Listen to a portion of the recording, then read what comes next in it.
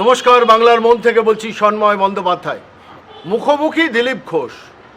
দিলীপ বাবুর যারা বিরোধী রাজনীতিক তারা দিলীপ বাবুকে অপছন্দ করতে পারেন, তার কথা অপছন্দ করতে পারেন, কিন্তু অস্বীকার করতে পারবেন না দিলীপ বাবুর প্রম্পট অ্যান্সারগুলো। যে কোনো সময় সংবাদ মাধ্যমের সামনে একটা অসাধারণ সাবলীলতা কাজ করে, ইনস্ট্যান্ট আইকিউ যাকে বলে। আমরা কথা বলছি কেন জানেন? বারবার দিলীপ বাবুর বিভিন্ন বক্তৃতা এবং সাংবাদিকদের মুখোমুখি প্রেস কনফারেন্সগুলো শোনার মতো হয়। আপনি অমত করতে পারেন, আপনি দ্বিমত করতে পারেন, আপনি দিলীপবাবুর কথা না মানতে পারেন, কিন্তু কথাগুলো শুনতে ইচ্ছে করবে। এবং এখানেই লুকিয়ে রয়েছে কেমিস্ট্রি। দিলীপবাবুর সংবাদ মাধ্যমের সামনাসামনি হওয়াটা দেখার মতো, শোনার মতো। আজকে আপনাদের বাংলার মনে আমরা শোনাবো দিলীপ ঘোষের মুখোমুখি একটি সাংবাদিক সম্মেলন, যেটিতে স্পষ্ট কিছু উত্তর দিয়েছেন। যেমন ধরুন বলি, করোনা বা কোভিড যে ভ্যাকসিন নিয়ে যে রাজনীতিটা বিরোধীরা করছেন, ক্রমশ মানুষের মধ্যে একটা অনাস্থা তৈরি করার বাতাবরণ কোনো রাজনীতিবিদরা করছেন শুধু সংকীর্ণ রাজনৈতিক স্বার্থে। যেমন ধরুন বললি, বামপন্থীরা বলছেন কেন ভারতবর্ষের প্রধানমন্ত্রী করোনা ভ্যাকসিন নেননি, মানে অর্থাৎ মানুষের মধ্যে একটা অনাস্থা তৈরি করে দেওয়ার প্রবণতা। আমরা তো প্রশ্ন করতে পারি যে এই পশ্চিমবঙ্গের রাজ্যের মুখ্যমন্ত্রী কেন করোনা ভ্যাকসিনটা নিলেন না। ফলে এই অবান্তর প্রশ্ন দিয়ে মূল বিষয়টা থেকে সরে যাওয়াটা অনুচিত। কেন বলছি? কারণ এই মুহূর্তে দাঁড়িয়ে করোনাকে মোকাবিলা করার জন্য যে ভ্যাকসিন ভারতবর্ষে তৈরি হয়ে ভারতবর্ষের মানুষের কাছে দেওয়া হচ্ছে, সেটা নিয়ে কোনো ধরনের গুজব রটানো উচিত না, এটা বিশ্বাস করি। কিন্তু এই বিষয়ে যখন দিলীপবাবুকে বারবার করে সাংবাদিকরা প্রশ্ন করছেন, বিভিন্ন বিষয় নিয়ে প্রশ্ন করছেন, তার উত্তরটা আপনারা শুনবেন বাংলার মনে। কিন্তু দিলীপবাবু স্পষ্ট বলেছেন যে শেষ পর্যন্ত কি মুখ্যমন্ত্রী মমতা বন্দ্যোপাধ্যায় ওই কালীঘাটে ভ্যাকসিনটা তৈরি করবেন? আবার ভ্যাকসিন তৈরি করতে গেলে হয়তো দেখা গেল গঙ্গার জল মিশিয়ে দিলেন। এরকম নানান কথাবার্তা বলেছেন। কিন্তু মূল যে সুরটা এই সাংবাদিক সম্মেলনে ছিল, যে দিলীপবাবু বলছেন যে এবারের বাংলায় যে নির্বাচন হবে 200-র ওপর আসন ভারতীয় জনতা পার্টি পাবে। দিলীপবাবুদের নিশ্চয়ই নিজস্ব কিছু ইকুয়েশনস আছে, অঙ্ক আছে, সার্ভে আছে, যার ভিত্তিতে বলছেন। কিন্তু মিলে যাচ্ছে কোথায় জানেন? আমরা বারবার বাংলার বার্তা বা বাংলার মনে আপনাদের বলার চেষ্টা করি, গোয়েন্দা দপ্তর পশ্চিমবঙ্গ সরকারের আইবি ডিপার্টমেন্ট, আইবি যে রিপোর্টটা ডিসেম্বর 2020-তে দিয়েছেন মমতা বন্দ্যোপাধ্যায়ের দপ্তরে, আমরা অত্যন্ত বিশ্বস্ত সূত্রে সংবাদটি পেয়ে আপনাদের কাছে বারবার সেটা বলছি যে এই মুহূর্তে নির্বাচন হলে বাংলায় 70টির বেশি আসন তৃণমূল পাবে না। ঠিক এই প্রেক্ষিতে যদি বিচার করা যায়, 294টি আসনের মধ্যে 200টির ওপর ভারতীয় জনতা পার্টি, 70টি তৃণমূল, এবং যে 20, 22, 24, 25টি বাকি থাকে সেটি বামপন্থী বা কংগ্রেসিরা পেতে পারেন। এটা আইবি ডিপার্টমেন্ট রাজ্য সরকারের যে রিপোর্ট দিচ্ছে সেটার সঙ্গে মিলে যাচ্ছে দিলীপবাবুর অভিমতটা। তাহলে কি দিলীপবাবুরা কোনোভাবে আইবি ডিপার্টমেন্টের সার্ভে রিপোর্ট পেয়েছেন? আমরা জানি না, সত্যিই জানি না। কিন্তু দিলীপবাবুরা খুব কনফিডেন্টলি বলছেন যে ভারতীয় জনতা পার্টি 200-র ওপর আসন পাবে। তৃণমূল কংগ্রেস যে 70-75-এর বেশি পাবে না, এবং জমের দুয়ারে নয়, রাজ্য সরকার যে দুয়ারে দুয়ারে সেটা প্রচার চালাচ্ছেন, এর এফেক্টে কী হতে পারে? আমরা বিভিন্ন রাজনৈতিক বিশেষজ্ঞদের সঙ্গে আলোচনা করে দেখেছি যে মার্জিনাল কিছু সিটে, 10-15টা সিটে তৃণমূল হয়তো তার আফটার এফেক্ট রেজাল্ট পেতে পারে। তাহলেও সংখ্যাটা 80-85 ক্রস করবে না। কিন্তু আইবি ডিপার্টমেন্ট যেটা ডিসেম্বর মাসের 20-22 তারিখ নাগাদ রাজ্য সরকারের কাছে বা আলাপন বন্দ্যোপাধ্যায়দের কাছে বা মমতা বন্দ্যোপাধ্যায়ের কাছে যেটা পৌঁছে দিয়েছেন, সেই রিপোর্টটা যা বলছে তাতে তৃণমূল কংগ্রেস কিছুতেই 70 ক্রস করবে না। এবং এটা সবাই জানেন যে এই মুহূর্তে যতই বামপন্থী এবং কংগ্রেসিরা এখনও জোট করে উঠতে পারেননি, জোট কথাটা বলতে পারছে না, সমঝোতা, অর্থাৎ সিট শেয়ারিং। আমার সিটে আমি কংগ্রেস দাঁড়ালে তোমরা সিপিএম ভোট দেবে, সিপিএমের সিটে সিপিএম দাঁড়ালে কংগ্রেসিরা ভোট দেবে, কংগ্রেসের সিটে কংগ্রেসি দাঁড় করালে সিপিএমরা ভোট দেবে। এই যে সমঝোতার একটা ছেলে খেলা হচ্ছে এই মুহূর্তে বাংলা রাজনীতিতে, বাংলার মানুষ কিন্তু বিশ্বাস করে না। মালদহ, মুর্শিদাবাদের বাইরে উত্তরবঙ্গে 2-1টি সিট ছাড়া এই মুহূর্তে কিন্তু স্পষ্টভাবে বলে দেওয়া দরকার যে বামপন্থী কংগ্রেসিরা 20-22টি সিট বেশি সিট পাবে না। এই কথা বলতে বলতে আপনাদের পাশাপাশি আইবি রিপোর্টটাকে মেলানোর কথা বলছি। যদি 70 পায় তৃণমূল, তাহলে 20-22-24টা যদি পায় কংগ্রেস এবং সিপিএম, তাহলে বাকি যে 200টা আসন কে পাবেন? বলা বাহুল্য, সেটাই দিলীপবাবু বলেছেন। আসুন বাংলার মনে দিলীপবাবুর মুখোমুখি সাংবাদিক সম্মেলনের একটি প্রতিবেদন, দিলীপবাবু যেটা বলেছেন শুনুন। হ্যাঁ, এই সবাই এমনিতেই বিভ্রান্ত হয়ে আছে, আমি আর কি করবো নতুন করে বলুন। আচ্ছা, লেফট টু রাইট এরকম করুন, ক্লকওয়াইজ। কিন্তু রাজীব বন্দ্যোপাধ্যায় কি ফেসবুক লাইভ করেছেন এবং বলেছেন যে দলে ভালো কাজ করতে গেলে ইচ্ছাকৃত অনেকে বাধা দিচ্ছেন, আমার এখনো ধৈর্য আছে, তবে দলের জন্য যারা খেলেছেন, যারা দলের কর্মী নিরলস পরিশ্রম করে দলকে দাঁড় করিয়েছেন, তাদের আজকে দলে কোনো গুরুত্ব নেই। ওনার ধৈর্য আছে, কিন্তু সাধারণ মানুষের আর ধৈর্য ধরছে না। কিছু করার জন্য লোকে অপেক্ষা করে আছে যে উনি কিছু বলবেন, খোলাখুলি কিছু করবেন। বাকিটা ওনাদের পার্টির ব্যাপার, কি সমস্যা আছে না আছে ওনারা বুঝবেন। আমরা জানি ওই পার্টির মধ্যে কোনো গণতন্ত্র নাই, কাজ করার অধিকার নেই, এটা অনেকজন বলেছেন, নতুন কিছু না। এর যদি সমস্যার সমাধান চান তাহলে পার্টির বাইরে আসতে হবে। বিজেপি সবাইকে আহ্বান করে রেখেছে, ডিসিশন ওদের নিতে হবে। বলুন।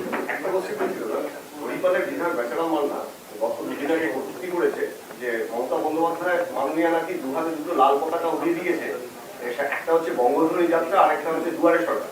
তাদেরকে নাকি ভারতীয় জনতা পার্টি যারা শীর্ষস্থানীয় কর্তারা আছেন বা নেতারা আছেন তাদেরকে সার বলে উল্লেখ করেছে এবং সারেরা ওই পতাকা থেকে লাফাচ্ছে। কি বললেন এরকম প্রযুক্তি? আমাদের কিছু বলার নাই, সে কে ষাঁড় কে নয় সে জানেন। আর একজন পাশের বিধায়ক তাকেই ষাঁড় বলেন, মাস্টারমশাই। তো সেই জন্য এটা ওদের পার্টির কালচার, পার্টির ভেতরের ব্যাপার। এই লাল পতাকা তো সিপিএমের সময় ছিল, সেই লাল পতাকার কালচারটা ওনারা নিয়ে এসছেন। তারা যেটা সম্পূর্ণ করতে পারেনি, শিল্পকে সম্পূর্ণ শেষ করতে পারেনি, শিক্ষা শেষ করতে পারেনি, ওনারা নিশ্চিন্তভাবে সেটা দায়িত্ব নিয়ে করেছেন। শিল্প, শিক্ষা, প্রশাসনকে একেবারে দুর্মুষ করে দিয়েছেন, অন্তর্জলী যাত্রায় চলে গেছে। তো সেই জন্য লাল পতাকার কল্পনা তাদের কাছে আছে, আমাদের এই সময় চিন্তা কিছু নেই। ভারতীয় জনতা পার্টি সাধারণ মানুষকে সঙ্গে নিয়ে পশ্চিমবাংলায় পরিবর্তন করে এই সমস্ত আর জঞ্জালকে সাফাই করতে চায়। একই রকম ভাবে কিন্তু রাজ্যে তৃণমূল কংগ্রেসে যেভাবে ভাঙন, তাতে কি মনে হচ্ছে কি 2021-এর নির্বাচন কি আদৌ হবে না? তার আগে সরকার ভেঙে পড়বে, কি মনে হচ্ছে? সরকার ভাঙবে কিনা সেটা তো ওদের দায়িত্ব, যাদেরকে লোকে ভোট দিয়ে জিতিয়েছে। আমরা নতুন সরকার গড়ার কথা ভাবছি মে মাসের পরে। তো সরকার ভাঙুক আর না ভাঙুক, যে নির্বাচন হবে, নির্বাচনে সাধারণ মানুষ পরিবর্তন চাইছেন, আর ভারতীয় জনতা পার্টি সম্পূর্ণ মেজরিটি নিয়ে সরকার গঠন করবে। মুখ্যমন্ত্রী বলছেন যে করোনার যে ভ্যাকসিন কম দেওয়া হয়েছে। মুখ্যমন্ত্রী বলেছেন করোনার ভ্যাকসিন কম দেওয়া হয়েছে, কিন্তু সকলে নিশ্চিত থাকুন, বাকিটা আমি দিয়ে দেবো। না, যেমন ধরুন রাজ্য সরকার তো সূচি পাঠাবে কতজন পাওয়া উচিত। আমার যতদূর জানা আছে, যারা পাবলিক ওয়ার্ক করেন, আপনাদের মতো লোকেরা যারা ভিড়ের মধ্যে যান, এই ধরনের সরকারি কর্মচারী বা সরকারের সঙ্গে যুক্ত সংগঠনগুলি যারা প্রতিনিধি, তাদেরকেই প্রথমে এটা দেওয়া হচ্ছে, কারণ তারা বেশি রিস্কের মধ্যে থাকেন।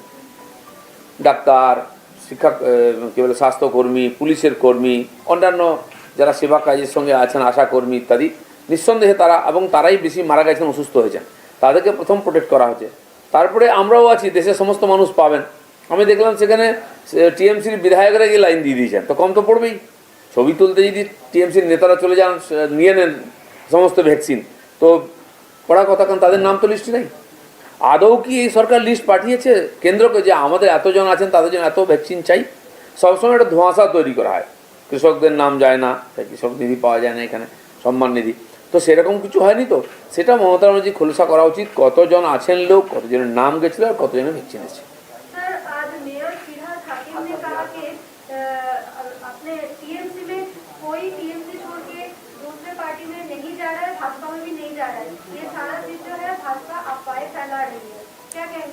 लोग उनकी बात पर यकीन करेंगे कि घटना जो हुई उस पर यकीन करेंगे। लोकसभा के पहले 3 एमपी, सिटिंग एमपी रिजाइन करके हमारे पार्टी में आए थे। लोकसभा के बाद अभी पिछले ही महीना लगभग 10 एमएलए और एमपी भी आ गए हैं, और बाकी लोग टिकट कट चुके हैं, कन्फर्मेशन नहीं हुई है। तो रोज़ ये जो फेसबुक, ये स्टेटमेंटबाजी, ये सब हो रहा है, क्यों हो रहा है? और पार्टी के लाइन के साथ नहीं है। इसका मतलब पार्टी कंट्रोल में नहीं है, सरकार तो कंट्रोल से पहले से ही नहीं है।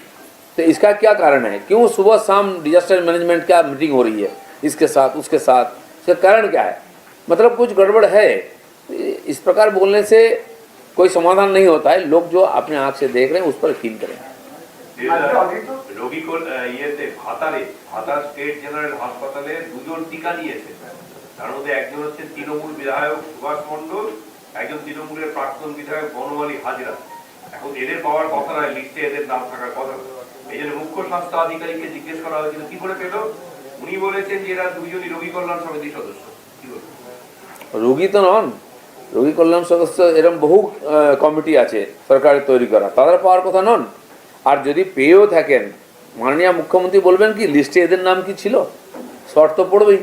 কারণ আমরা জানি আমফানের টাকা বিতরণ হয়ে যায়, যারা পাওয়ার কথা তারা পান না, অন্য লোক পেয়ে যান। এই একই ঘটনা সব জায়গায় হচ্ছে। আমরা সেটাও ভয় করছি যে কৃষক সম্মান নিধিতে উনি অংশগ্রহণ করবেন বলেছেন, লিস্ট তো ওনাকেই পাঠাতে হবে। সত্যি সত্যি কৃষকদের নামে লিস্ট যাবে নাকি পার্টি কর্মীদের লিস্ট চলে যাবে, এ ব্যাপারে ঘোর সন্দেহ আছে আমাদের। রাজীব বন্দ্যোপাধ্যায় আজকে ফেসবুক লাইভ করেছে, সেখানে উনি বলেছেন যে আমি মানুষের জন্য কাজ করতে চাই বৃহত্তর প্ল্যাটফর্মে গিয়ে, কিন্তু এখানে যখন কাজ করছি তখন বাধা আসছে, সেটা খুবই দুঃখের। দুঃখে তো বটেই, দুঃখ প্রকাশ করে তো আর সমাধান হবে না, সমাধানের জায়গা আসতে হবে। যদি কাজ করতে চান ছেড়ে আসুন টিএমসি, জীবনের মূল্যবান সময় উনি পার্টিতে দিয়েছেন, শুভেন্দুবাবুও দিয়েছিলেন। এরকম অনেক যুবকরা যারা আজকে বাংলায় রাজনীতি করছেন দাপটের সঙ্গে, তার অনেক কিছু দেওয়ার আছে পার্টিকে, তারা টিএমসিকে দিয়ে আর সেখানে হতাশ হয়েছেন। আমি বলছি আসুন, আর জীবনের মূল্যবান সময় নষ্ট করবেন না, ছেড়ে বেরিয়ে আসুন, বিজেপি দরজা খুলে রেখেছে। আজকে অজিত চৌধুরী বলছেন কংগ্রেস যতদিন কেন্দ্রের সরকারে ছিল ততদিন কোনো অসুবিধা ছিল না, হিন্দু মুসলিম দ্বন্দ্ব ছিল না, মন্দির মসজিদ দ্বন্দ্ব ছিল না। আজকে তো স্থায়ীভাবে সব সমস্যার সমাধান হয়েছে, হিন্দু মুসলিম প্রশ্নই করে না কেউ। আজকে সবকা সাথ সবকা বিকাশ হচ্ছে। ওনারাই সবার জন্য আলাদা আলাদা মিটিং করতেন, আলাদা ক্যান্ডিডেট দিতেন, এপিসমেন্টের পলিটিক্স ওনারাই শুরু করেছেন, হিন্দু মুসলমানের বেসিসে দেশকেও ভাগ করেছেন, সব কংগ্রেস আমলে হয়েছে। এখন পুরনো কথা ঘেঁটে লোককে আর বেদনা দিচ্ছেন কেন? সেই জন্য এইসব পুরনো কথা কেউ শুনতে রাজি নয়। মানুষ সামনের দিকে এগোচ্ছে, মোদির রাজে সবাই ন্যায় পেয়েছেন, সুশাসন পেয়েছেন, আর তাই লোকে মোদির সঙ্গে আছেন। এখন তারা খালি পশ্চাৎতাপ করছেন। শতাব্দী জায়গা নিয়ে কালকে যে ঘটনা ঘটলো দেখা গেল, মানে তিনি বেসুরো হয়ে উঠলেন, তারপরে অভিষেক বন্দ্যোপাধ্যায়ের অফিসে গিয়ে বৈঠক চললো 2.5 ঘন্টার উপরে। এই যে গোটা বিষয় কোনো ঘটনাই ঘটেনি, মক ফাইট হয়েছে। আপনাদের জন্য ওটা কোনো গুরুত্বপূর্ণ হতে পারে, পশ্চিমবঙ্গের মানুষ এসব নিয়ে খুব বেশি চিন্তাভাবনা করেন না, তারা রোজ নাটক এসব দেখছেন। কেউ বিগড়ে যাচ্ছে, কেউ আছে, কেউ ফটো তোলার জন্য, কেউ দাম বাড়াবার জন্য এসব করছে। এটা ঠিক যে ওই পার্টিটার মধ্যে যে কী খিচুড়ি পাকছে সেটা হয়তো সব বাইরে থেকে বোঝা যাচ্ছে না, যখন বিস্ফোরণ হবে তখন সব বোঝা যাবে। শতাব্দী রায় যদি কখনো আসতে চায় বিজেপিতে, আলাদা করে কারোর জন্য সবার জন্য দরজা খুলে রেখেছি, আসতে চাইলে আমরা বিচার করবো। कल आपने शताब्दी राय को लेकर कहा था कि अगर वो बीजेपी में आना चाहे तो दरवाजा खुला है। आज आप राजीव बैनर्जी के लिए भी कह रहे हैं उनके फेसबुक लाइव के बाद। नहीं, जबकि इस प्रकार बातें कभी नहीं किया इन लोगों ने, और पार्टी के एक प्रकार विरोध में बात कर रहे हैं लोग, असंतोष व्यक्त कर रहे हैं।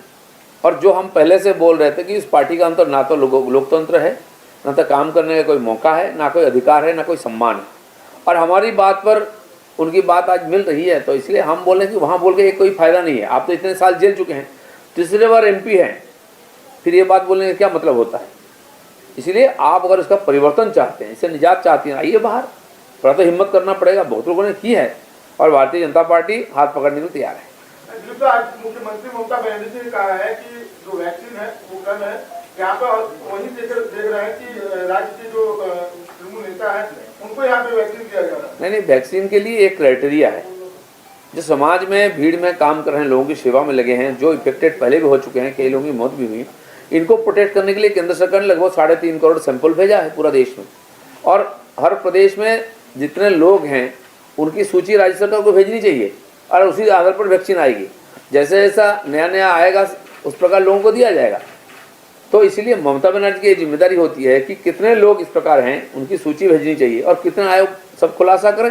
लेकिन मुश्किल ये है, जिनको नहीं लेना चाहिए वैक्सीन वो ले रहे हैं, उनके नेता, एमएलए, उनके और पदाधिकारी, इनकी नाम तो लिस्ट में नहीं होनी चाहिए। अगर ले लेंगे तो कम तो होगा ही, हमेशा यहाँ होता है। जो एनलिस्टेड होते हैं उन पर पहुँचता नहीं सुविधाएँ, और दूसरा कोई ले लेता है। इस बार भी वही हुआ है।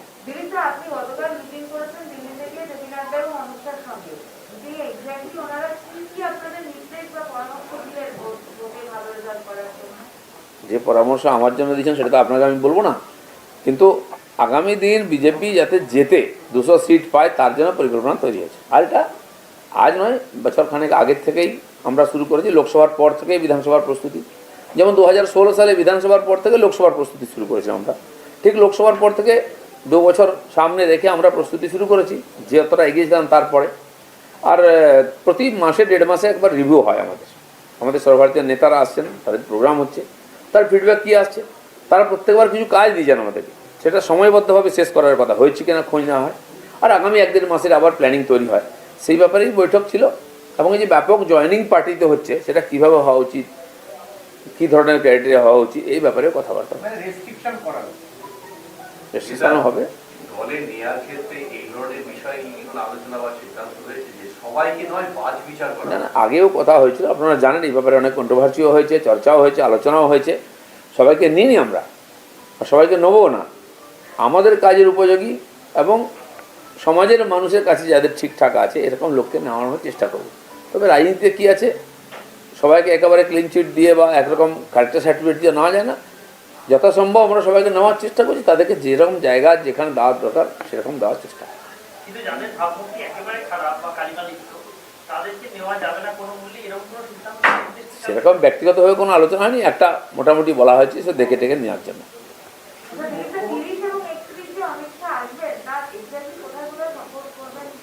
এখনও সে ব্যাপারে ফাইনাল কিছু হয়নি।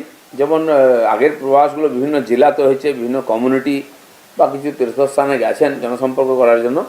এবারেও সেরকম জেলাতেই প্রোগ্রাম হবে, সেটা আমরা এখানে বসে তার রূপরেখা ঠিক করব।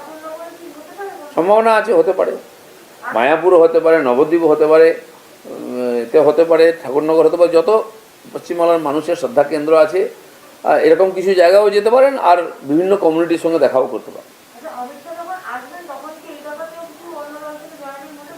হতে পারে প্রধানমন্ত্রী সরকারি প্রোগ্রামে 23 তারিখ আসবেন, এটুকু আমরা জানি, এর বেশি কিছু না। সেটা তো সরকার ঠিক করবে কি প্রোগ্রাম না হবে। আমরা আমন্ত্রিত হলে যাব, আপনারাও যেতে পারেন। না, আমাদের কাছে যেটুকু খবর যে উনি কলকাতাতে আসবেন কোনো এখন এই ব্যাপারে কোনো মানে সরকার ঠিক করছে ডিপার্টমেন্ট, আমাদের কাছে অফিসিয়ালি কোনো খবর আসেনি। মালদার ইংরেজ বাজারে তৃণমূলের গোষ্ঠী কোন্দল, তার জন্য সেখানে বোমাগুলি চলেছে, বেশ কয়েকজন আহত। আপনারা তো বারবার অভিযোগ করেন যে রাজ্যটা এই বোমাগুলির আতুলঘর হয়ে গেছে, আবার ওখানে এটা নতুন কিছু না। বোমাগুলি তৈরি হতে থাকে, আমদানি হতে থাকে, তার কোয়ালিটি টেস্ট করার জন্য মাঝে মধ্যে ওনারা মক ফাইট করেন। এরকম আমার মনে সেরকমই আছে। কালিয়াচক মালদা এটা কোনো নতুন ঘটনা নয়। কারখানায় বম ব্লাস্ট হলো, 8 জন লোক মারা গেল। কী ব্লাস্ট হলো, বম কী তার খোলাসা হলো না, চাপা পড়ে গেল। এরকম প্রায় হয়ে থাকে। আমরা ভারতদেশ স্তূপের উপরে বসে আছি, প্রশাসনের তরফ থেকে কোনো কন্ট্রোল নেই, কোনো রোকঢোক নেই, আর কোনো ভয়ভীতিও নেই যারা অসামাজিক কাজ করছে। সেই জন্য এই ধরনের ঘটনাটা অসম্ভব কিছু না। অগ্নিকাণ্ড যেভাবে রাজ্যে বিশেষত কলকাতার মধ্যে গত কয়েকদিন আগে দেখেছেন কাদাপাড়াতে একটা ঘটনা, তারপরে এদিকে বাগবাজার, তারপরে নিউ টাউন, কি মনে করছেন এটা কি সত্যি কি কোনো অ্যাক্সিডেন্ট নাকি কি বলবেন? দেখুন, কলকাতায় এর আগে এরকম অগ্নিকাণ্ড হয়েছে, সেই নিয়ে অনেক তর্ক বিতর্ক সন্দেহ হয়েছে, কিন্তু তদন্ত করে তার সত্য সামনে আসার চেষ্টা হয় না, এবারে হয়নি। আর টিএমসির পার্টির মধ্যে যখন আগুন লেগে গেছে, বাংলায় তো যেখানে সেখানে লাগবেই। বলছি দিদিরা, আপনি প্রশ্নের উত্তরটা দিলেন, আরেকবার প্রশ্ন করছি, সেটা হলো যে মুখ্যমন্ত্রী প্রথমে বলছেন যে ফ্রিতে ভ্যাকসিন দেওয়া হবে, তারপরে এখন বলছেন যে কম আছে যেটা আমি নিয়ে দেবো। ঠিক এই পার্টটা একটু যদি না, আমার প্রশ্ন হচ্ছে যে কম বেশি কী হয়েছে সেটা মানুষকে জানানো উচিত। কমপ্লেন করলে ওনার কমপ্লেন করা অভ্যাস, সমাধানে যাওয়ার অভ্যাস নয়। আর যদি দিতেই হয় কতজনকে দেবেন? উনি কি এখানে কি রিসার্চ করে তৈরি করেছেন কি স্যাম্পল? কালীঘাটে কি কারখানা হয়েছে যে এর ভ্যাকসিন তৈরি হচ্ছে? আনবেন কোথা থেকে? চায়না থেকে আনছেন কি? এটা বলা উচিত লোককে। আর উনি দিলে যে গঙ্গা জল ভরে দেবেন না থেকে গ্যারান্টি আছে, লোক নেবে কেন? তো এই ধরনের হালকা কথাবার্তা না বলে, যখন কেন্দ্র সরকার দায়িত্ব নিয়েছে, আমাদের দেশেই 2টো ভ্যাকসিন তৈরি হয়েছে, সেটা বিলি হচ্ছে, প্রথম সরকারি কর্মচারী বা যারা সেবায় আছেন তাদেরকে দেওয়া হচ্ছে, তারপরে দেশের সব মানুষকেই দেওয়া হয়। যারা বেশি রিস্কের মধ্যে আছেন তাদেরকে প্রথম প্রোটেক্ট করা হচ্ছে। আমরা যখন ভ্যাকসিনের কথা বলছিলাম অনেকে হাসাহাসি করছিল, বিদেশের কথা হচ্ছিল। আজ ভারতের বিজ্ঞানীরা ভ্যাকসিন আবিষ্কার করেছেন, সারা দুনিয়া আমাদের কাছে আসছে আজকে। কিন্তু আমাদের দেশের মানুষকে আগে আমাদের সুরক্ষিত করতে হবে, আর সেই জন্য কেন্দ্র সরকার এই ব্যাপারে যথেষ্ট সক্রিয় আছে।